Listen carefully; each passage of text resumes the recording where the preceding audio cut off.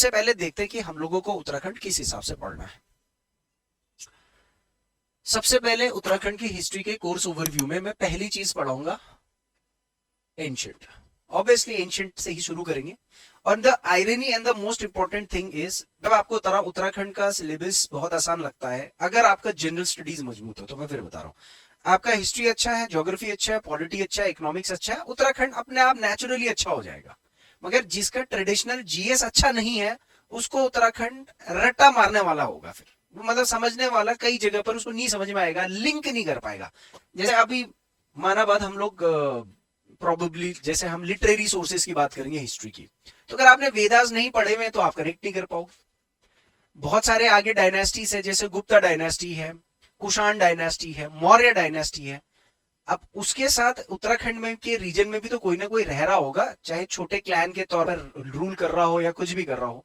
अभी मौर्यंस का जो अशोक का इंस्क्रिप्शन यहाँ तक है, कालसी में है, तो कोई ना कोई यहाँ पर रूल तो कर रहा होगा। वहां पर भी कोई मिलिट्री लीडर हो, फ्यूडल लॉर्ड हो, ट्राइबल क्लैन हो या कुछ भी डायनास्टी हो।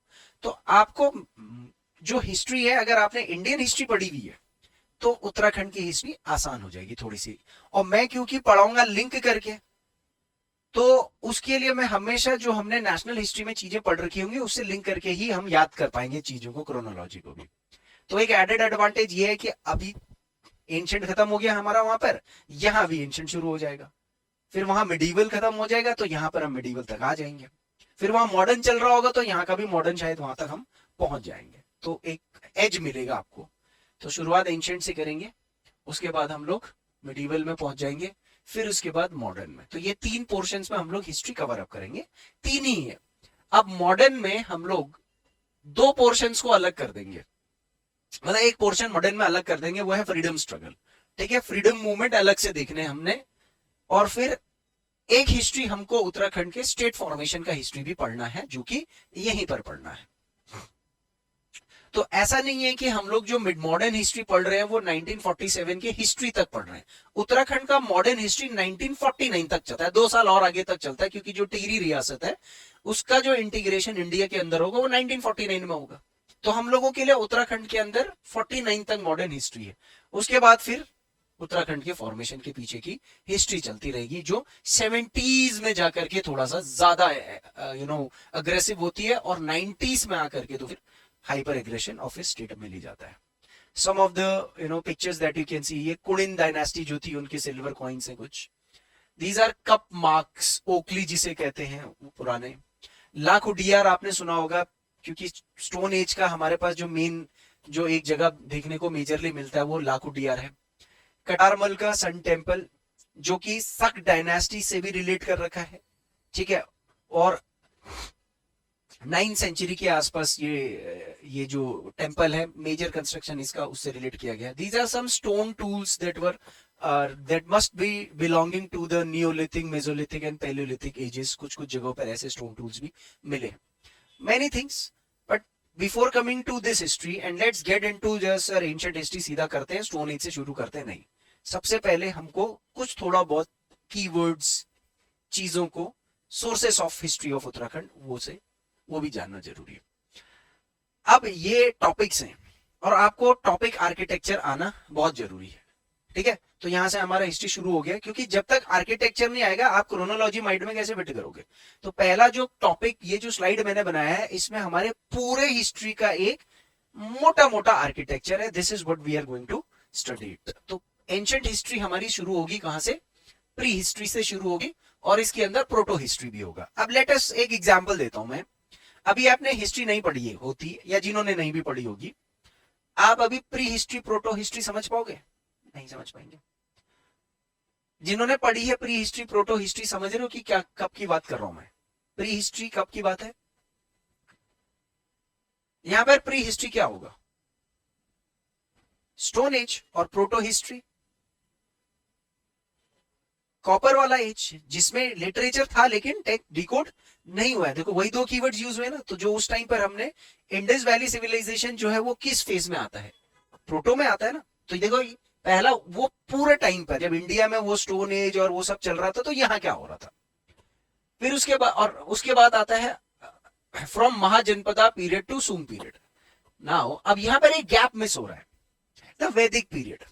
तो हम लोग जो वैदिक पीरियड का वो है वो भी इसी के अंदर ही पढ़ेंगे, प्रोटो हिस्ट्री के, वो वाला भी तो पीरियड कवर अप करना है ना, वैदिक पीरियड, क्योंकि उत्तराखंड के बारे में one of the oldest and earliest information that we get from literature is Vedas. जो वेद्स हैं उन्हीं में तो उत्तराखंड के बारे में लिखा गया है।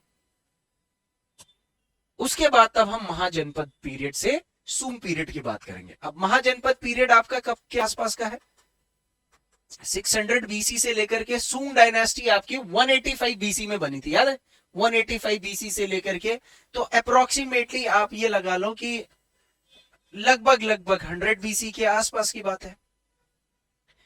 ये डायनेस्टीज आपने जो हिस्ट्री, नॉर्मल हिस्ट्री में, इंडियन हिस्ट्री में पढ़ रखा है, उसी से रिलेटेड। अब यहां से आगे कुछ आपकी लोकल डायनेस्टीज भी लिंक होनी शुरू हो जाएगी। सबसे पुरानी उत्तराखंड की लोकल डायनेस्टी कौन सी डायनेस्टी मानी गई है, कुणिन डायनेस्टी या कुणिन। कुणिंद जो है ये बेसिकली वॉरियर क्लैन के ट्राइब्स थे, बेसिकली ये ट्राइबल डायनेस्टी थी एक तरीके की। उस जमाने में जो 4-5 ट्राइब्स रहते थे, कुणिन रहते थे, खस रहते थे, नाग रहते थे, ठीक है, ये कुछ डायनेस्टीज थी। जो सबसे दो कॉमन डायनेस्टी, दो कॉमन जो ट्राइब थी, एक तो खस ट्राइब थी, एक कुणिन ट्राइब थी। खस आर्यन से रिलेट कर दिए गए हैं और कुणिंदों को नॉन आर्यन से रिलेट किया गया है। आगे देख लेंगे। फिर कुषाण और पोस्ट कुषाण पीरियड है, यानी कि जब कुषाण डायनेस्टी चल रही थी तो कुषाणों का जो हिली एरियाज हैं उन जगहों पर अच्छा खासा रूल था। उत्तराखंड से लेकर के हिमाचल से लेकर के कश्मीर तक अच्छा खासा रूल था उनका। तो इस दौर में यहाँ क्या चल रहा था। उसके बाद गुप्ता पीरियड में, जब गुप्त डायनेस्टी रूल कर रही थी, उज्जैन से रूल कर रही थी, उसके बाद पाटलिपुत्र पर गई गुप्त डायनेस्टी, तो उत्तराखंड में इनके रिलेशनशिप्स थे। फिर पोस्ट श्रीहर्ष मतलब हर्षवर्धन, वर्धन डायनेस्टी, ठीक है, उस बीच में वर्धन डायनेस्टी। और उस दौर में हमारे जो मिडिल हिमालय है, लेसर हिमालय वाले रीजन है खासतौर पर, वहां क्या हो रहा था। और फिर the power of Kartikeyapur dynasty, ये हमारी एंशिएंट की लास्ट नोन हिस्ट्री होगी, कार्तिकेयपुर डायनेस्टी। तो ये कुछ कीवर्ड्स हैं, इसमें से मेन आप ध्यान देना, कुणिंद, कार्तिकेयपुर, ये दो डायनेस्टी निकल करके आ रही है एंशिएंट हिस्ट्री में। मोटा मोटा अगर मैं देखूं तो बड़े पैमाने में, अभी आप छोटे पैमाने में आपको कितने नाम दिख जाएंगे, बहुत सारे नाम। और एक चीज और है, देखो उत्तराखंड की हिस्ट्री अभी भी एक्सप्लोर हो ही रही है, अभी भी नए नए हिस्टोरियंस, नया नया कोई तथ्य आ रहा है, कुछ नई नई एक्सप्लोरेशंस हो रही हैं, कुछ ना कुछ चल ही रहा है। ये सब ध्यान देना, थोड़ा करंट अफेयर्स से रिलेट करके भी हिस्ट्री के क्वेश्चंस बनेंगे आपके। This is going to be our ancient history. अब बढ़ेंगे मिडिवल हिस्ट्री, ठीक है। द पीरियड ऑफ प्लूरलिटी, इसको बोला गया है बहुराजकता। क्या बोला गया है, बहुराजकता। जैसे ही मिडिवल शुरू हो जाएगी, फिर से क्या हो जाएगी, छोटी छोटी, कार्तिकेयपुर डायनेस्टी के बाद छोटी छोटी डायनेस्टीज बन जाएंगी। गढ़ का कॉन्सेप्ट हमने सुना ना, ठीक है, 52 गढ़ वगैरह ये सब सुने आप लोगों ने, है ना। तो गढ़ थोड़े छोटे अलग अलग एरियाज में अलग अलग जो लीडर्स हैं वो अपने आप को इंडिपेंडेंट कर देंगे, और कभी कोई किसी गढ़ के साथ रूल का वो इंटीग्रेट होकर के थोड़ा बड़ा एरिया बनेगा, कभी फिर छोटा हो जाएगा, ये सब हो जाएगा। और उसके बाद तब फिर अजयपाल 52 गढ़ को इकट्ठा करता है, पंवार डायनेस्टी ऑफ गढ़वाल, ठीक है, पंवार डायनेस्टी ऑफ गढ़वाल, उनका कल्चर। और फिर कत्यूरी डायनेस्टी ऑफ कुमाऊं। कुमाऊं में दो डायनेस्टीज बनती, गढ़वाल में एक ही डायनेस्टी कंटिन्यू होगी, पंवार डायनेस्टी, जिसको हम यहाँ शाह डायनेस्टी बोल रहे हैं, यही कंटिन्यू होगी।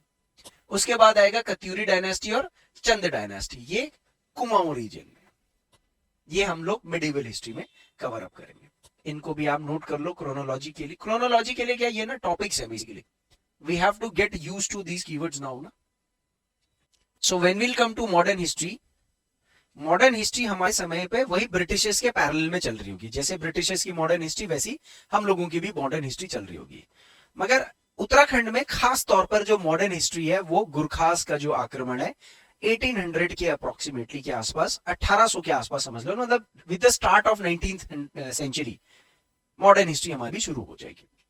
तो कुछ साल गुरखाओं के अंडर में रहेंगे, उसके बाद फिर ब्रिटिश रूल इन उत्तराखंड। हमारा आधा से ज्यादा टेरिटरी जो है वो ब्रिटिश एरिया में आ जाएगा, ठीक है। कौन सा वाला रीजन, मेजरली ये वाला जो रीजन है, इतना इतना इतना कुछ, सॉरी ये सब छोड़ दो, ये वाले कुछ रीजन्स को छोड़ करके ये सारा एरिया ब्रिटिशर्स के एडमिनिस्ट्रेशन में चला जाएगा। मोटा मोटा ये वाला एरिया रहेगा थोड़ा थोड़ा, जो कि टिहरी के राजा के पास रहेगा, बाकी सारा ब्रिटिशर्स के पास चला जाएगा। और ब्रिटिशर्स यहाँ पर इसके दो डिविजन्स कर देंगे, एक गढ़वाल डिवीजन और दूसरा कुमाऊं डिवीजन। तो यहाँ पर तीन हिस्ट्री है हमारी, गुरखा रूल जो कि शॉर्ट है बट इंपॉर्टेंट है, उसके बाद ब्रिटिश रूल जो कि बहुत लंबा फेज है, लगभग लगभग 19th सेंचुरी और 150 साल का इतिहास है समझ लो, और उसके बाद आ जाएगा टिहरी प्रिंसली स्टेट्स, जो कि गढ़वाल के जो रूलर्स हैं वो चल ही रहे होंगे, यही पवार डायनेस्टी वाले फिर किस में कन्वर्ट हो जाएंगे, टिहरी गढ़वाल प्रिंसली स्टेट में। ये मतलब कंप्लीटली इंडिपेंडेंट नहीं होंगे, ये ब्रिटिशर्स के ही कंट्रोल में रह करके काम कर रहे होंगे। 1949 तक का हिस्ट्री। फिर इस बीच में अलग से हमने freedom movement in Uttarakhand cover up करने हैं। उत्तराखंड में देखो दो तरीके का फ्रीडम मूवमेंट चल रहा होगा। एक फ्रीडम मूवमेंट वो चल रहा होगा जो गढ़वाल और कुमाऊं के डिविजन्स में चल रहा होगा, जो ब्रिटिशर्स के खिलाफ चल रहा होगा डायरेक्ट। और एक freedom movement Tehri princely state में चल रहा होगा, जो टिहरी प्रिंसली स्टेट से इंडिपेंडेंट होने, डेमोक्रेटिक एरिया स्टैब्लिश करना है और इंडिया के अंदर इंटीग्रेट करने की बात होगी। तो जो हम प्रिंसली स्टेट्स ऑफ टिहरी की हिस्ट्री पढ़ेंगे, उसका मतलब आप उसमें वो इंडिया का जो फ्रीडम मूवमेंट है वो नहीं है, इनडायरेक्टली लिंक्ड होगा उससे रिलेटेड। तो 1857 के रिवोल्ट में क्या हो रहा था उत्तराखंड के रीजन में, क्योंकि रिवोल्ट नॉर्थ इंडिया के रीजन में ही हुआ था। फ्रीडम मूवमेंट और उसका उत्तराखंड के इंपैक्ट में क्या पड़ा, जैसे मैं अगर बोलूंगा कि भाई एक होम रूल मूवमेंट शुरू हुआ था 1916 के आसपास, तो क्या उत्तराखंड में भी कुछ होम रूल मूवमेंट वगैरह शुरू हो रहा था या नहीं हो रहा था, एटसेट्रा एटसेट्रा। जैसे मैंने बोला सिविल डिसोबीडियंस मूवमेंट चल रहा था 1930s के आसपास, तो उत्तराखंड से जुड़ा हुआ कोई पर्सनालिटी था वहां से उठ करके जो फेमस हुआ, जैसे वीर चंद्र सिंह गढ़वाली जो हम कहते हैं ना, तो वो कौन से event, Peshawar incident which was part of the civil disobedience movement, तो क्या कौन था यहाँ पर। और 1942 के क्विट इंडिया मूवमेंट में इंडिया की तरफ से, उत्तराखंड की तरफ से कौन कौन लोग थे, श्रीदेव सुमन जी का क्या रोल है, या फिर जो जीबी पंत है, गोविंद वल्लभ पंत है, उनका क्या रोल है, और and likewise many other personalities during the freedom movement. उसके बाद फिर 1947 में इंडिया आजाद, 1949 में टिहरी प्रिंसली स्टेट से भी लोग आजाद, Tehri princely state abolish, complete area में उत्तराखंड के डेमोक्रेटिक इंडिया के यूनियन के साथ सब कुछ जुड़ जाएगा। बट एक दिक्कत रहेगी, हमको किसके साथ जोड़ दिया जाएगा, यूनाइटेड प्रोविंस के साथ, यानी कि जो आगे चल करके यूपी के उत्तर प्रदेश के नाम से जाना जाएगा। And win under the Uttar Pradesh हम लोग देखेंगे कि उत्तर प्रदेश, हमारा एरिया उत्तर प्रदेश में हिली एरिया है, तो यहां तक कोई भी पहुंच चीजें, services, facility, economic development, opportunities बहुत लास्ट में आकर के आती है। प्लेन का आदमी थोड़ा तेज होता है तो यहां तक कुछ पहुंचने नहीं देगा, पहाड़ का आदमी थोड़ा शरीफ होता है, इसलिए पहाड़ का आदमी क्या करेगा, एक संघर्ष स्टार्ट करेगा, स्ट्रगल स्टार्ट करेगा, और 1970s में वो स्ट्रगल तेज होगा। उत्तराखंड क्रांति दल के बारे में आजकल आप सुनते होंगे, आजकल थोड़ा दोबारा से लाइमलाइट में आ रही है ये पार्टियां, ये लोग स्ट्रगल स्टार्ट करेंगे, बहुत सारे इंडिविजुअल लेवल पर स्ट्रगल्स होंगी, एंड फाइनली 9 नवंबर 2000 को हमारा स्टेट फॉर्म होगा। तो वो 9 नवंबर 2000 तक का हिस्ट्री इसके अंदर कवर होगा। What was the reason for the demand of separate state, what were the important events during separate state movement, and which were the major organizations that were established during separate movement and where have they faded away। राज्य बनने के बाद फिर वो सब संगठन का क्या हाल हो गया, और जो आइडियल्स पर आपका स्टेट बना था उस आइडियल्स पर चल भी रहा है या नहीं चल रहा है, या कहीं ना कहीं पर भटक गया है, और अगर भटक गया है तो क्यों भटक गया, नहीं भटका तो क्यों नहीं भटका, और वापस लाना है तो कैसे लाना है, और क्या करना है। वापस लाने का रास्ता एक ही है बस, वो क्या है, how can you bring back if you find out that something has gone wrong in the state। ठीक है, this is the course that we are going to digest, will take time, we won't, मैं भागूंगा नहीं, slowly steady चलूंगा। सबसे पहले sir, how do we get to know about the history, I'm not getting directly into the ancient history. First let's analyse कि sir ancient भी पता लगा तो कैसे पता लग रहा है, मिडिवल भी पता लग रहा तो कैसे पता लग रहा है, और मॉडर्न भी पता लग रहा तो कैसे पता लग रहा है। जाहिर सी बात है आगे जैसे जैसे जो पोर्शंस आते रहेंगे वो तो मैं बताता ही जा रहा हूँ ना, वहां पर तो आई गई ना, बट थोड़ा सा पहले से प्रिपेयर्ड होने हम लोगों को इसमें। तो दो तरीके के सोर्सेस होते हैं हिस्ट्री के लिए, ये हमने अभी इंडियन हिस्ट्री में भी पढ़ा था। एक आर्कियोलॉजिकल सोर्सेस और दूसरा लिटरेरी सोर्सेस। आर्कियोलॉजिकल सोर्सेस तब तक तभी वैल्यूएबल हैं जब तक वो डिकोड होंगे, डिकोड नहीं हुए हैं तो वो वैल्यूएबल नहीं हो पाएंगे, क्योंकि तब तक सिर्फ अजम्पशंस चल रहे होंगे हिस्टोरियंस की। और लिटरेरी सोर्सेज भी लैंग्वेज जब तक डिकोड नहीं हुई। और जो उत्तराखंड के अंदर सोर्सेज हैं, देखो उत्तराखंड के अंदर दो स्क्रिप्ट में ही चीजें आपको मिलेंगी, ब्रह्मी स्क्रिप्ट और देवनागरी स्क्रिप्ट। ब्रह्मी स्क्रिप्ट में क्या मिलेगा, पाली प्राकृत की कुछ चीजें मिलेंगी, और देवनागरी स्क्रिप्ट में क्या मिलेगा, संस्कृत वगैरह में ही मिलेगा जो मिलेगा। तो ये तो अब आप इजीली, अब मैं आपको ऐसे समझा रहा हूं तो आप रिलेट कर पा रहे हो ना, क्योंकि ये चीज आप पढ़ चुके हो। लेकिन अगर मैंने हिस्ट्री नहीं पढ़ाई हुई होती और ये मैं पहले पढ़ा रहा होता, आप रट्टा मारना होता फिर, और हिस्ट्री वैसे भी समझ में नहीं आती है। तो let's come to literary sources. यहाँ पर कुछ किताबें आप देख रहे होंगे, ऋग्वेद, यजुर्वेद, सामवेद, अथुर्वेद, और ये एक लखुडियार गुफा जो है उसका एक पिक्चर है। सो लिटरेरी सोर्सेस में हम 2-3 किताबें हमें लिंक करनी है यहाँ के लोगों के बारे में। देखो, what do you want to know about the Uttarakhand, मतलब हमें क्या जानना चाहिए उत्तराखंड की हिस्ट्री के बारे में, बताओ। क्या आप लोग इंटरेस्टेड हो कि आप लोग कौन से ट्राइब के होंगे, जो उत्तराखंड की पुरानी जाति या जनजाति होंगी, कहां से आए होंगे, क्योंकि मूल निवास की बात हो रही है तो थोड़ा पीछे भी चलते हैं, कहां तक, कहां कौन, हमारा लीनिएज, हमारा गोत्र, हमारा डिसेंडेंसी, ये सब चीजों के पीछे, क्योंकि ये हमारे कल्चर का हिस्सा होता है। When we talk about Uttarakhandi culture, the culture has some link to the past. अभी तक वो लिंक है कल्चर का पास्ट के साथ, तो वो लिंक तक जाने की जरूरत है ना, because they were our forefathers, वो हमारे forefathers थे, वो जिंदा रहे, उन्होंने अपने बच्चों को जिंदा रखा, अपने पूर्वजों को जिंदा रखा, तब जाकर के तो हम भी जिंदा हैं आज की डेट में, वी आर कंटिन्यूइंग इट। तो कुछ धार्मिक ग्रंथ लिखे गए होंगे जिसमें कंटिन्यूअसली उत्तराखंड के रीजन्स का जिक्र हो रहा होगा, कुछ नॉन रिलीजियस लिटरेचर भी होगा, जो राजा महाराजा कोर्ट पोएट्स वगैरह ये सब लोग लिख रहे होंगे, कुछ फॉरेनर्स लिख रहे होंगे, कुछ फोक लिटरेचर है। What is folk? Folk is local और फोक इज ट्रेडिशनल? नहीं, फोक इज लोकल ट्रेडिशन, दोनों चीजें हैं। फोक क्या होता है? Local tradition. देखो वो शब्द कितना बारीक है, अगर लोकल बोलोगे तो लोकल क्या चीज है? Local tradition. And what is tradition? Something. What is tradition? Tradition is includes the way we deal with our day-to-day life activities, what to eat, what to wear, how to perform rituals, how to celebrate. This is a tradition, this is a practice. तो वो जो local में होगा वो हो गया आपका folk literature. तो फोक लिटरेचर देखेंगे, and there is some foreign literature also. Foreign literature accounts for obviously जो फॉरेन ट्रैवलर्स होंगे उनसे रिलेटेड। तो religious, non religious, folk, foreign literature. ठीक है, जब हमने हिस्ट्री पढ़ी थी तब भी मैंने ऐसा कैटेगराइजेशन आपको वहां पर भी दिया था। वही सब में से कुछ कुछ किताबें रिलेट होंगी यहाँ पर, तो ये आप लिखना। उसके बाद आता है archaeological sources. What all comes under archaeological sources? अब देखो यहाँ पर आर्कियोलॉजिकल सोर्सेस मैं प्री हिस्ट्री का अलग कर दूंगा, प्रोटो हिस्ट्री का अलग कर दूंगा, और हिस्ट्री का अलग कर दूंगा। हिस्ट्री मतलब एंशिएंट, मिडिवल और मॉडर्न का अलग कर दूंगा आर्कियोलॉजिकल सोर्सेज के पॉइंट ऑफ व्यू से, क्योंकि मॉडर्न का तो कुछ होगा नहीं ना, मेजर एंशिएंट और मिडिवल ही हमने ध्यान देना है। तो जो प्री हिस्ट्री है स्टोन एज वाली, तो उसमें क्या होगा? स्टोन टूल्स के बारे में देखेंगे, कौन से टूल्स, किस टाइप के टूल्स थे और कहां कहां पर मिले। चॉपर, एक्स वैक्स, ग्राइंडर, बो, हैरो, हार्पून वार्पून, वो हमने जो शब्द वहां पढ़े थे ना, वो शब्द यहाँ पर क्या करने हैं? लिंक करने हैं बस। और जगह याद रखनी है, क्योंकि कौन कौन सी जगह से मिलेगा वो जगह हम थोड़ा सा अलग से करेंगे। उसके बाद रॉक शेल्टर्स। हमने बताओ नॉर्मल स्टोन एज में भीमबेटका के रॉक शेल्टर्स पड़े थे ना, तो जैसे भीमबेटका वैसे यहां पर लाखुडियार, ऐसा कुछ लिंक करेंगे। रॉक पेंटिंग्स, वहां पर गुफाओं में पेंटिंग्स पड़ी थी, यहाँ उत्तराखंड में देखते हैं कि कौन कौन सी गुफाएं या कौन कौन सी जगह पर अभी भी हमें ऐसे रॉक पेंटिंग्स मिले हैं। कल्चर एक मतलब पैटर्न एक जैसा होगा, वो जगह का नाम बदल जाएगा, थीम थोड़ी बहुत चेंज हो जाएगी।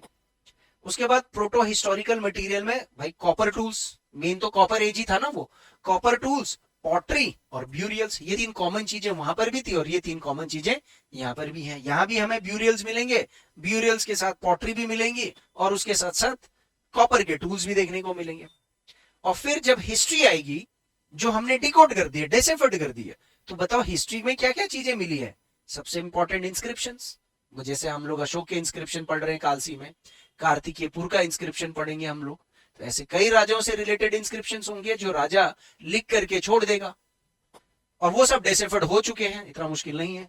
कॉइन्स, कॉइन्स के ऊपर राजा रानी देवी देवता के फोटो इनग्रेविंग होगी, नाम लिखा गया होगा, इस तरीके की चीजें। एंड द मॉन्यूमेंट्स, टेम्पल्स हो गए कुछ, राजा के जो महल हो गए, और उससे जुड़े हुए जो भी वेपन्स, पॉटरी, टूल्स, यूटेंसिल्स, ऐसे आर्टिफैक्ट्स जो है वो सब। कॉपर प्लेट इंस्क्रिप्शन हो गया, ताम्रपत्र हो गए, अभी तो जैसे बर्च जो भोजपत्र होता है, भोजपत्र के इंस्क्रिप्शंस हो गए। ये सब करते करते आर्कियोलॉजिकल सोर्सेस हमारी यहां तक पहुंचेगी। तो इसको लिख लो आप पहले। अब ये सब पढ़ने के लिए जो बुक है, वो बुक्स आप लोग कौन सा रेफर कर सकते हो? Since I am compelling from multiple books, जरूरत वैसे नहीं पड़ेगी एज ऑफ नाउ, जब तक कोर्स हो रहा है आपको कुछ अलग से करने की जरूरत नहीं है। बट आपको हिस्ट्री का बुक लेना है तो डिटेल्ड हिस्ट्री आप ले सकते हो रीड मारने के लिए। इंग्लिश में तो बस वो अजय रावत वाली है थोड़ी सी जो हल्की फुल्की है, कफल्टिया वाली बुक है वो, उसमें कुछ नहीं है खास, वो नोट्स ही है बस। नोट्स को एसडीएम टॉपर 1 था ना वो 2016 का, तो नोट्स को ही वो कन्वर्ट कर दिया, और वो भी बहुत ज्यादा वैसा नहीं है। हिंदी की बुक्स हैं एक दो, विंसर पब्लिकेशन की एक बुक है, तो वो आप मतलब हिंदी भी हिस्ट्री आप रीडिंग हिंदी में कर सकते हो। वो सारा टर्म और जो ट्रांसलेशन और कीवर्ड्स का वो है लिंकिंग, वो सब मैं ऑलरेडी कर ही रहा हूँ। तो और फिर बता रहा हूँ ये करोगे जरूरत भी नहीं पड़ेगी मेंस तक के लिए, मैं क्योंकि कोर्स मेंस तक का बना रहा हूँ तो आपको जरूरत ही नहीं पड़ेगी। अब शुरू करते हैं कुछ धार्मिक ग्रंथ जहां से उत्तराखंड के बारे में पता लगता है। तो धार्मिक ग्रंथों को मैंने दो तरीके से डिवाइड कर दिया। मैंने क्या करा, धार्मिक ग्रंथों को दो धर्म से जोड़ दिया। उत्तराखंड में दो धर्म का हमें हिस्ट्री में ट्रेस मिलता है। पहला धर्म कौन सा होगा बताओ, क्या बोलेंगे हम? ब्राह्मण धर्म यानी हिंदू धर्म। और दूसरा धर्म कौन सा होगा? अब बताओ, पाली लिटरेचर लिखा है तो बताओ क्या हो सकता है? चलो हमने जैन बुद्ध पढ़ा है ना, जैनिज्म भी पाली में, जैनिज्म भी लिखा गया है, हालांकि प्राकृत ज्यादा लिखा गया पाली में क्योंकि बुद्धिज्म भी बोला मैंने। तो बताओ बुद्धिज्म हो गया जैनिज्म? मैंने कितनी बार आप लोगों को रेलेवेंस दिया है कि यहाँ बौद्ध धर्म था, बौद्ध धर्म था, ऊपर जोशी मठ तक, बद्रीनाथ तक बौद्ध धर्म था। समझ रहे? बुद्धिज्म तो पाली लिटरेचर यानी कि बुद्धिज्म धर्म के बारे में बताएगा, क्योंकि जो पाली भाषा में जो बुद्ध से जुड़ी हुई किताबें होंगी उसमें यहाँ पर साधु संत मॉन्क्स आएंगे ना, वो तपस्या करने के लिए आएंगे या फिर किस लिए आएंगे? प्रोपगेशन के लिए आएंगे। और मैंने बोला ना वो दौर ऐसा था कि जो पहले जो चल रहा होगा वो सब हाईजैक कर लेंगे। ब्राह्मण लिटरेचर में हमको कौन कौन सी किताबें ध्यान देनी है जिनमें कुछ थोड़ा बहुत मेंशन होगा? तो मैं आपको 2-3 रेफरेंसेस ब्राह्मण लिटरेचर के बारे में बताता हूं। नदीतम सरस्वती, सरस्वती को किसके तौर पर, क्योंकि एक शब्द का इस्तेमाल होगा हमारी एक ब्राह्मण धर्म में, और वो ब्राह्मण धर्म कौन सी है? वेद। कौन सी किताब होगी? वेद्स। तो जो हमारे वेद्स हैं वहां पर हमारे हिस्टोरियंस ने एक शब्द एनालाइज करा। देखा हिस्ट्री देखना कैसे जा रही है। सरस्वती नदी, सरस्वती सरस्वती सरस्वती, नदीतम सरस्वती। और ये जो सरस्वती नदी है ये उन्होंने आज की डेट में जो अलकनंदा नदी है उसी अलकनंदा नदी के अपर कोर्स से रिलेट कर रहा है, और उसमें लिखा गया है कि उस समय के सेजेस, ऋषि मुनि लोग इस जगह पर रहा करते थे। नाउ यू तो नदीतम सरस्वती शब्द का आइडेंटिफाई करके यहां की जगहों से रिलेट करना, एक तो ये है। फिर इसी के तौर पर बहुत सारे जो यहाँ के जो जगहें हैं उनका ऋग्वेद में इस्तेमाल किया गया। वो टर्मिनोलॉजीज आगे आती रहेंगी, इसमें मैं डिटेलिंग नहीं दे रहा हूं, ये सिर्फ हम आर्किटेक्चर बना रहे हैं। महाभारत का रेफरेंस सारा का सारा यहीं पर जाता है। आप जो पांडवास का शिव जी से जुड़ी हुई चीजें, स्वर्ग की यात्रा, वो सब यहीं से तो है सारा लिंक। आज आप महाभारत के कैरेक्टर्स, महाभारत के भगवान, महाभारत की कथाएं, उनको लेकर के कितनी जगह है बताओ उत्तराखंड के अंदर। It is believe that Uttarakhand was the land of the Pandavas. ये तो पांडवों की ही धरती रही है ना, यहाँ उन्होंने वनवास काटा, ज्ञातवास काटा, और युद्ध के बाद भी इन्होंने यहीं पर ही अपने अंतिम मोक्ष के पल कहाँ काटे हैं? यहीं पर उत्तराखंड में काटे। तो महाभारत में रेफरेंस है। और क्योंकि महाभारत में रेफरेंस था, वेद में रेफरेंस था, तो पुराणों में भी तो ये रिलेट होगा ना। अब जो स्कंद पुराण है उससे रिलेटेड जो डायरेक्ट ग्रंथ नहीं है, केदार खंड और मानस खंड डायरेक्ट स्कंद पुराण का हिस्सा नहीं है, लेकिन वो एक्चुअल में इस जमाने के पुराण के जो टाइम था उससे रिलेट करते हैं। और फिर कुछ एंशिएंट हिमालयन ट्राइब्स के बारे में हम लोग पढ़ेंगे, जो जैसे हम लोग खस जाति बोलते हैं। तो खस जाति क्या है? It's the most ancient tribe that is linked to Aryan. देखो उत्तराखंड में आर्यन हिस्ट्री प्रिवेलेंट है, लेकिन वो जो हम इंडिया की जो हिस्ट्री पढ़ते हैं उसमें हम लोगों ने आर्यंस का इन्वेजन नकार दिया है, कहीं ना कहीं एनसीईआरटी ने नकार दिया कि उन्होंने बोला आर्यंस थे तो सही, लेकिन ये बाहर से नहीं आए थे, ये यहीं के कोई मूल निवासी या कोई लोग थे। तो उत्तराखंड में वो आर्यन रेफरेंस आता है। आर्यंस यहाँ के जो खस ट्राइब के जो लोग हैं उनसे रिलेट किया गया, जो क्षत्रिय खस ट्राइब के लोग हैं उनसे रिलेट किया गया। तो कुछ 4-5 मैं आपको यहाँ पर एंशिएंट हिमालयन ट्राइब्स के बारे में बताऊंगा इसके अंदर। इसमें अभी फिर एंटर करेंगे, तब तक पाली टेक्स्ट में हमें क्या क्या मिलता है पहले थोड़ा वो भी माइंड में डाल देते हैं।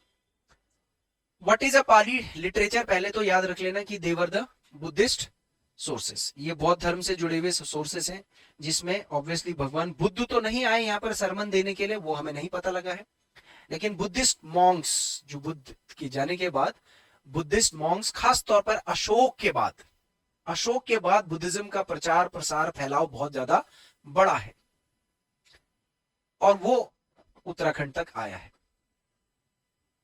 और लोगों ने मेनली जो हमारा तराई और शिवालिक का रीजन है यहाँ तो बुद्धिज्म डोमिनेट करने लग गया था, और बुद्धिज्म के छींटे ग्रेटर हिमालय तक, क्या ट्रांस हिमालय तक फैला। सो बुद्धिस्ट सोर्सेस में there is an evidence of early Buddhism in Uttarakhand and some Ashokan and early Buddhist figures, या फिर मॉन्क्स। आप यहाँ पर मॉन्क्स भी लिख सकते हो, वैसे मैंने मॉन्क्स लिखा था पर पता नहीं कहां चला गया, बट ये लोग यहाँ पर आए हैं।